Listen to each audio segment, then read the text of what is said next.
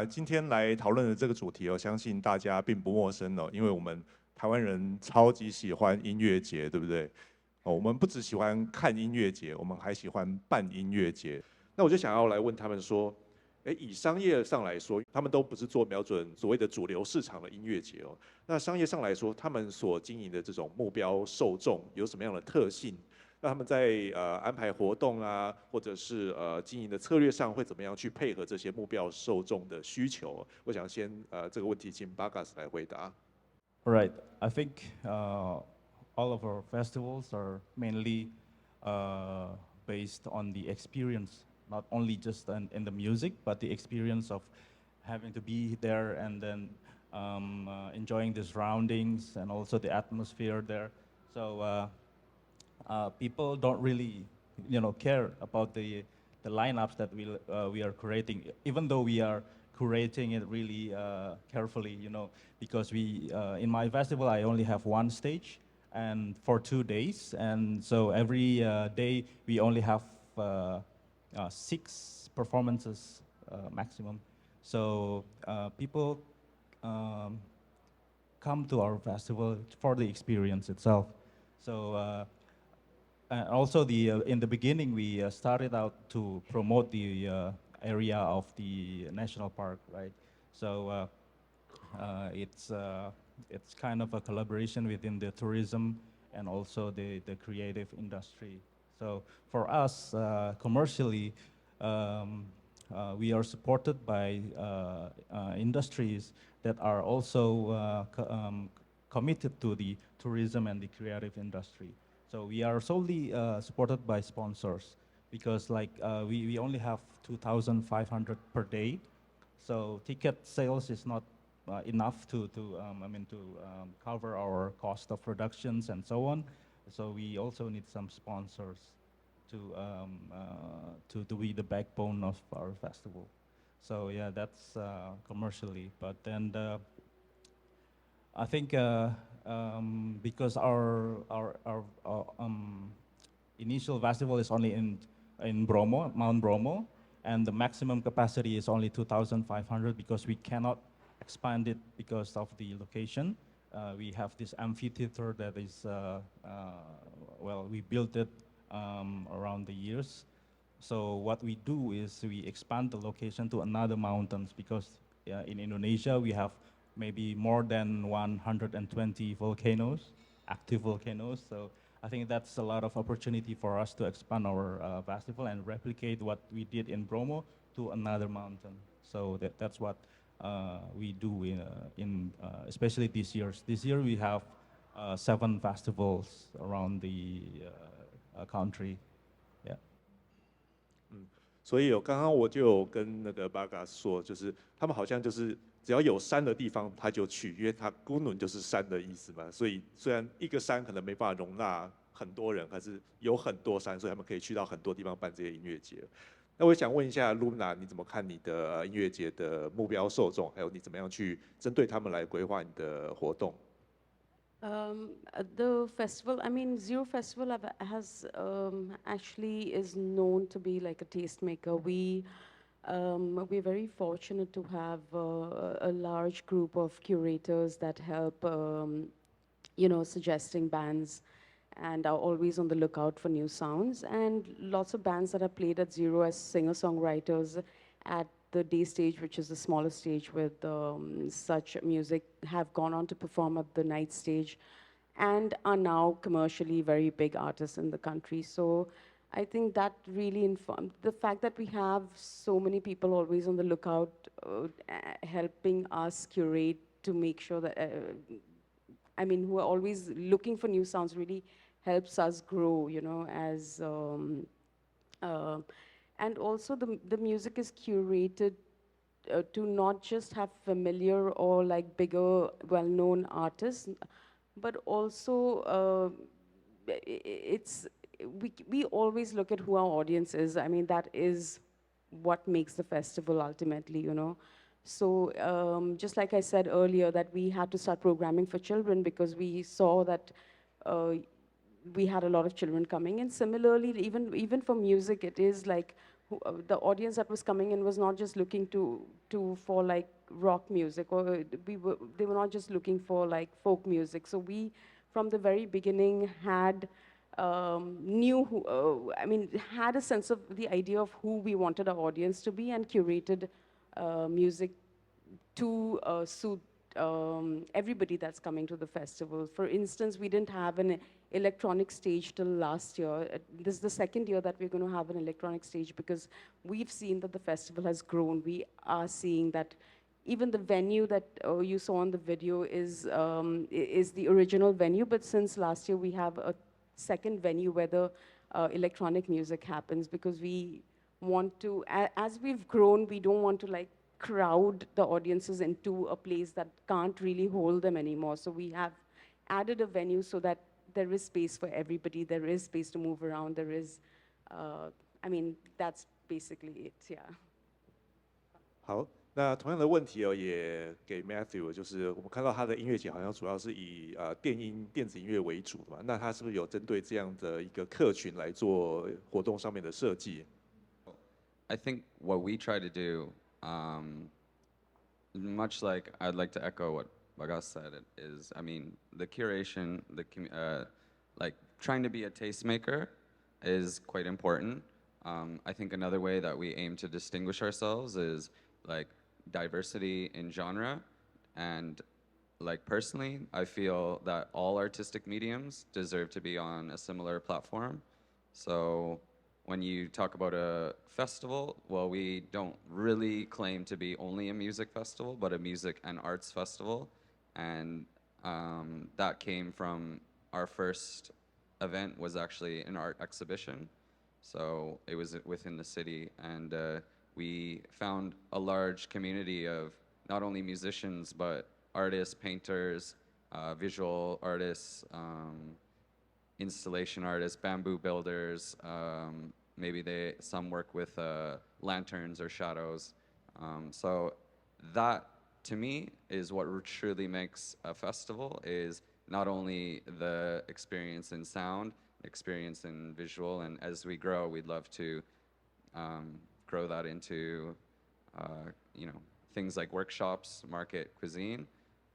However, I think the way to differentiate yourself in this niche market is to celebrate the specific styles and arts that you truly believe in and support it to the best of your ability.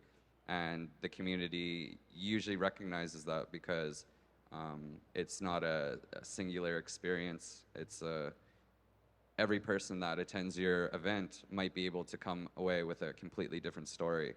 And through multiple stages, art exhibitions, installations, and different areas to explore, it allows for all artists to be raised up, I think, on a similar platform.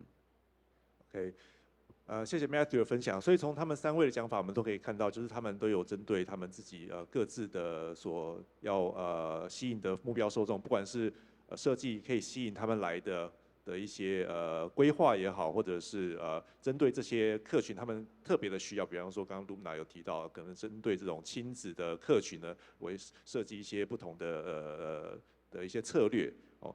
那接下来一个问题我想要问的，就是我前面有提到说，目前在欧美的音乐节市场其实有蛮多的问题哦。那我想知道，在他们因为其实亚洲国家可能跟欧美的国家的状况有点不大一样，那他们的国家里面是不是在音乐节市场，特别是在疫情之后，也出现了我们前面讨论到的问题呢？比方说，音乐节可能供过于求啊，成本暴涨，或者是恶性竞争的状况啊。我想先请 Lubna 来回答这个问题。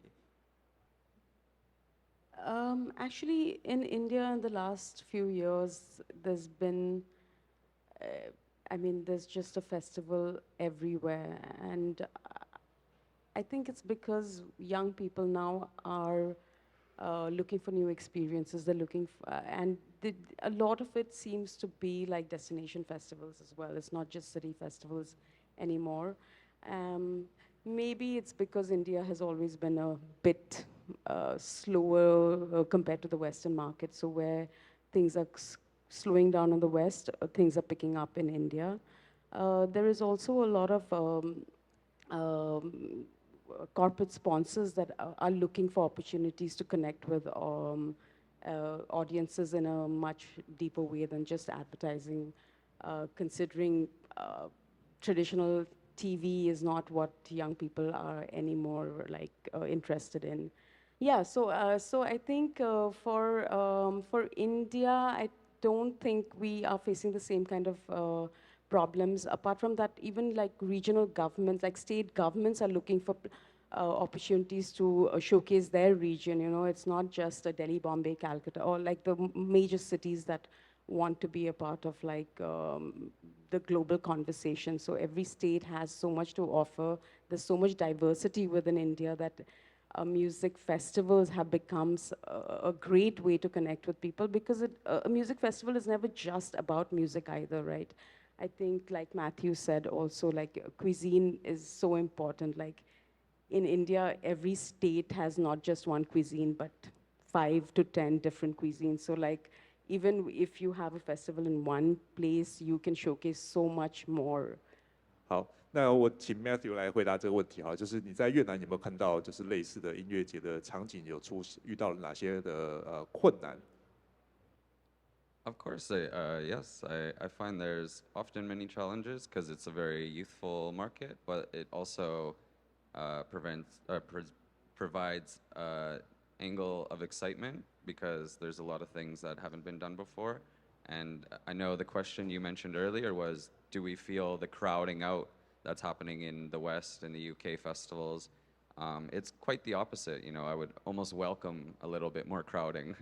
However, that being said, the thing that I think differentiates, at least in the market that I exist and also during this conference, is a wonderful air of collaboration and community, even amongst other festival organizers. So when you look at your calendar, and as we know, the weather patterns, I'm sure in India and Indonesia and Vietnam, there's really only a certain amount of months that most festival organizers are really willing to put something on. And what you see in the West, I've felt like there's a steady decline in these large events because there's not really so much communication or collaboration or say, hey, you guys take this date, we'll take this date, you take these acts. And instead, you see carbon copy lineups. Every lineup over, you know, multiple weekends looks the exact same, and there's no personality and identity. And I think what I've seen since landing in this region has been an amazing sense of just communication and collaborating across what could be considered your competitors. And I think that's what enriches the scene a lot more, because you can share artists, tours, information, and yeah, this conference has been a huge celebration of that spirit as well. For us, actually, it's quite an opportunity because our festival the size is not that big. So like only like for maximum of 5,000 people, it's quite okay to quote unquote compete with the other festivals in Indonesia. There are some festivals that are being canceled in the last 2 years, but then we can still exist because first the capacity of our festival is not that big. I mean, like 2,500 people only, and also our genre jazz, because not many festival now is bringing up jazz music. So we have these advantages to have people to come to our festival and to enjoy new bands, new compositions by maybe older artists and also international musicians as well. So that's in our point of view, yeah. OK， 所以刚刚他们讲的其实都是一直在印证我们前面讲的，就是你其实不需要一个很厉害的一个演出阵容，但是你有找到属于自己的一个特殊的一个市场，那其实你就比较有办法去经营下去哦。但我想要再更进一步追问说，在这样的情况下，你要怎么样？因为其实音乐节它还是一个高风险的一个行业哦。那在这个情况下，你要怎么样维持住你的一个稳定的收支、你的财务跟商业运作？那甚至在长期经营的考量下，因为我们不希望一个音乐节办了1、2次就不见嘛，我希望长期运作的情况下，你要怎么去做你的风险管理啊？那这个问题想先请 Matt 来回答。At this point in our lifespan of a festival, I would say we are in our first year. So therefore, we took a calculated loss on the first year because we believe the experience should be larger than life, especially if it's your first contact with a new brand. And we've kept ticket prices relatively low to make it accessible for students or young people. And we have also opened up, a channel for people to contact us if they don't have enough money, get involved, or perhaps we can do a sponsored ticket. So yeah, in our first year, we're very happy to really just bring that attraction. And in the future, I mean, we've already looked to a small degree of sponsorships. We've been lucky to get some flights sponsored through Vietjet and get some donations from, liquor or water or other amenities. However, yes, it's always going to be a challenge. I think we all know the festival scene, especially in your first 2-3 years, is going to be a little bit tricky. However, yeah, looking to really pull in your crowd and give them an experience that they're able to be themselves without prohibitive costs, I think is important. And we'll take a little bit of that on our back for the first time, and then we hope that it'll be in return in future years through that belief of people really seeing the passion and dedication to those little details and inviting and not gatekeeping, not exclusivity. So yeah, that's kind of our approach. 好，那同样的问题，请 Bagas 来回答，就是我们怎么做风险管理，怎么样做商业上面的设计。Yeah. So after 16 years of experience, we have a lot of database of our customers. So first of all, we know exactly who are our customers. So that's one of the strengths that we have right now. And also we have a long-term collaboration with our sponsors. So not only like 1 or 2 years, but maybe 5 years or more. So even though we don't have a lot of sponsors, but we have some that are really committed to what we are doing. So that's how we do with the risk. But then also, we also got really close with the community. So we really, because I'm also the vice chairman of the Forum Jazz Indonesia, it helps a lot to become involved in the community. As for example, we do have this like jazz camp in our festival. So we have new players around Indonesia every year to play in our festival. And also we get close to our vendors, our workers, and we are like a big family in the business. So I think with this support, we can continue what we are doing right now. Yeah. OK， 好，那再请 Lubna 也回答一下。For the finances, I'll just take that quickly because so we have been actually very fortunate from the very first year to have the state government jump on board to support the festival because it was the first of its kind in the entire region. So the government has always been supporting the festival. We also had the central Indian government come on board a few years down the line, support the festival. So government has been a great supporter of ours. The festival has always been ticketed, and that is a large portion of our earnings as well. And especially after the pandemic, we saw corporate sponsors really trying to come into the region. Like I mentioned earlier, that it's not a region that has a very great distribution network for corporate sponsors. So it was very, very difficult to get corporate sponsors on board in the beginning. But that has changed, and we are really lucky that has changed, because that sort of like helps us grow bigger, bring in, I mean, you need money for a festival. Like ticket sales, just ticket sales in India would never cover the kind of expense that Ziro Festival has, because it is in a very, very remote part of the country. And it was very difficult to get to, but things have changed now. So that's finances. And also, like I said, it was a bunch of friends coming together, not for the money, but just for the fun of it, just something that we love doing together.